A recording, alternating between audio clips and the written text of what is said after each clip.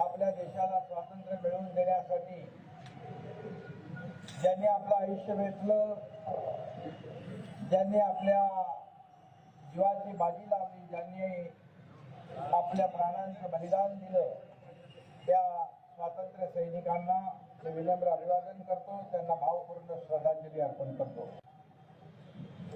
नव्या पिढीला स्वातंत्र्य सैनिकांच्या त्यागाची कल्पना यावी, बलिदानाची कल्पना यावी, देशप्रेम अधिक प्रखर व्हावं, यासाठी आजपासून राज्यात हर घर तिरंगा हे अभियान सुरू होत आहे। या अभियानाच्या निमित्तानं आपल्या आयुष्यात देखील या भावनांचा रंग भरला गेला पाहिजे।